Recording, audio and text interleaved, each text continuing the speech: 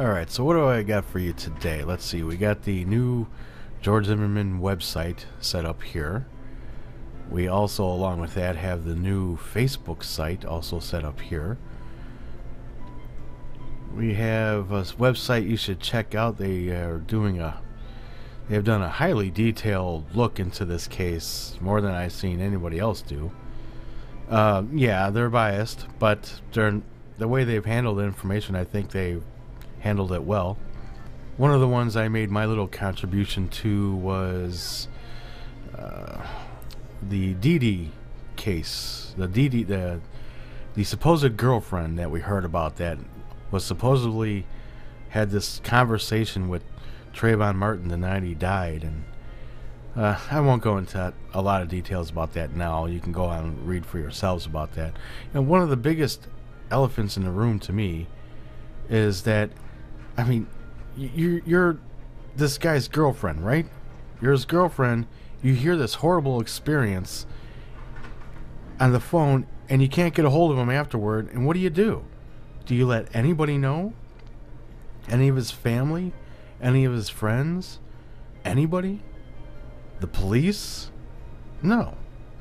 Nobody knows about it. The father, Tracy Martin, he finds out about it the next morning. His close friends don't find out about it until somewhere it looks like early afternoon the next day. So who is this girl?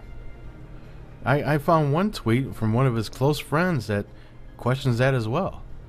He says his girlfriend didn't even know until nearly a week later or some crap. Well, I'll leave that to the... I mean, you could say it could possibly be explainable that, well, this girl just didn't happen to know anybody. She didn't know any of Trayvon's family, didn't know any of his friends or anything. I suppose that's possible, but seems unlikely, especially in this Twitter age. Next we have the court records have been unsealed. Not very exciting, though. It's just mostly red tape crap or whatever procedural stuff. There is this exhibit list redacted, but it was just like the couple of incidents George Zimmerman had. I don't know if they're ever going to put anything on here that's really going to, shift our opinions or whatever on the case, but regardless, it's here. Whatever the media happens to get, I'm sure they'll come out with, but I'll leave a link to this site anyways. The $200,000 in the bank account. This is the first thing that really came out that really brought doubt to George Zimmerman's credibility for me. I'm thinking to myself, okay, well, if he knew, this is all that matters to me regarding this.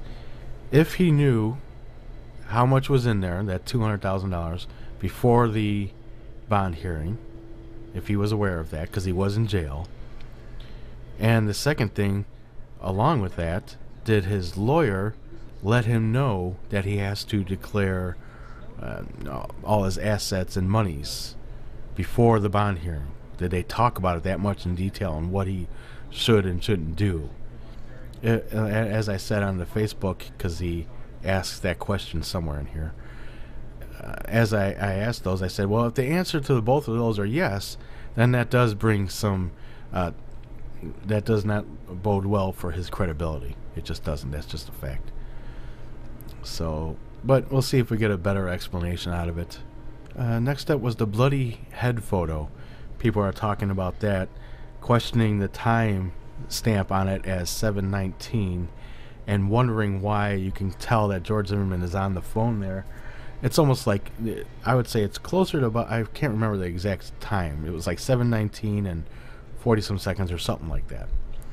And so they question, well, why isn't George in handcuffs? Because in the police report, they say that they handcuffed him, and they say it was 7:17 or something they arrived on scene. And it's like, well, okay, I think that's explainable. I don't think the cops were there yet when that picture was taken. Now, the basic idea is that either the police report is lying or that photo is lying with the time, date, or whatever. I don't think so. I mean, you can look at the police report, the 911 calls, and you can see there was another call placed by George, and there's no information, though, given about it. I would assume that he was calling the police back to say, look, I just shot this guy now. Can you hurry it up? Well, anyways, I think that's why you see him on the phone there. Here, that's the call he's making right here. And they were probably real close to on scene. Why they wrote down in a report 7:17? What did the cop do? Look at his watch? I mean, every single timepiece in this is not going to be perfectly synchronized. So I think it's easily explainable that they just weren't there on scene yet. I mean, it seems to me that why would they allow somebody on this at the crime scene taking pictures, right? Why would they allow that? They wouldn't. That would seem unlikely to me. So it seems to me that it all happened before the cops got there, just moments before. There are other questions about that, like why did he say to the person, call my wife? How would this person know to call his wife, and what his wife's number was? So obviously he must have known the person, it seems. We don't have the whole story on that yet, so we're not really certain. But another interesting one from this website was the Trayvon, his phone records.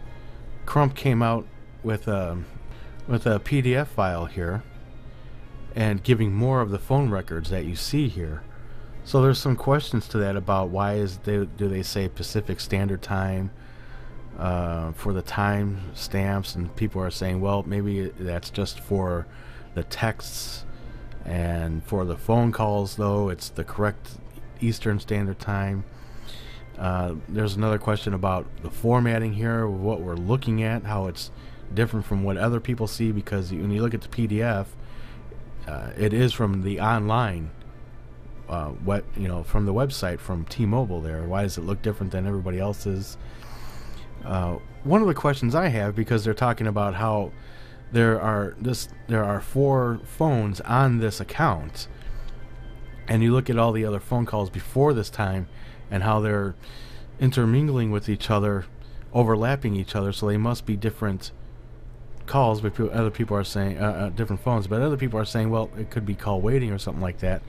I mean, if this is all just Trayvon's phone, which seems to be the case, because why is it that after 7/12 we don't see any other phone calls until the 2nd of March there? And if this is in fact 4 phone lines, you would expect to see some phone calls and such in between there, but you don't see that here or on the PDF, except for the 911 call, which is weird. We suppose that the police have the phone in evidence, so maybe they're testing to see if 911 works on the phone. Things like that. Anyways, that's enough information about that. I'll let you go read about that. Okay, Trayvon Martin's body location. My original estimate put it, somebody was helped me out where the actual location was. I had put it further down here. The actual location is more like right here, about 30, about 10 meters away, about 30 feet from the T here.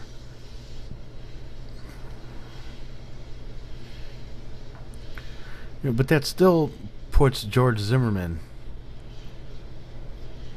going down that area. Now we still don't have George Zimmerman's account of what happened. We've gotten bits and pieces of it from other people, so we really don't know. I mean, the fact of the matter is, he's still the truth could be that he was in fact walking to his truck, walking back to his truck. Maybe not from here, but it could have possibly been that he figured that Trayvon Martin ran back towards that back gate, like you talked about in the phone call and have talked about in other phone calls, and he walked down here to go see, because he had lost him a long time ago. Figured, well, he's gone, and walking back to his truck, and somehow they met up together right here. Now you could say that George saw Trayvon and attacked him, and you could say Trayvon saw George and attacked him, or you could say they just met each other, had some words, and blah blah blah. Okay, well, regardless, the actual body location is right about there.